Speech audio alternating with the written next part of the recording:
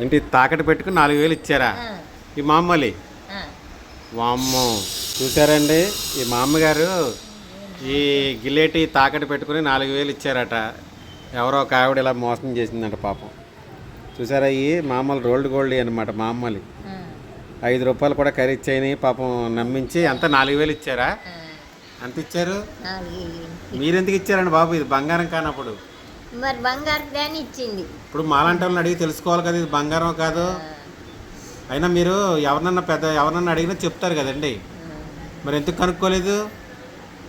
ఏమిలే అర్జెంటుగా నేను ఇక పనికి పోతాన్నా, నాకు అర్జెంట్ అని ఏడిచింది. ఏడిచి ఇచ్చా. జాగ్రత్త అండి, ఈసారి ఇంకెప్పుడు అలా ఇవ్వకండి, సరేనా? ఎందుకంటే మీరు ఎంతో కష్టపడి రూపాయి సంపాదించుకుంటారు. బాబు మరి ఏం చేయాలి? ఇటువంటి వాళ్ళు మిమ్మల్ని ఇలా మోసం చేస్తారనమాట, సరేనా?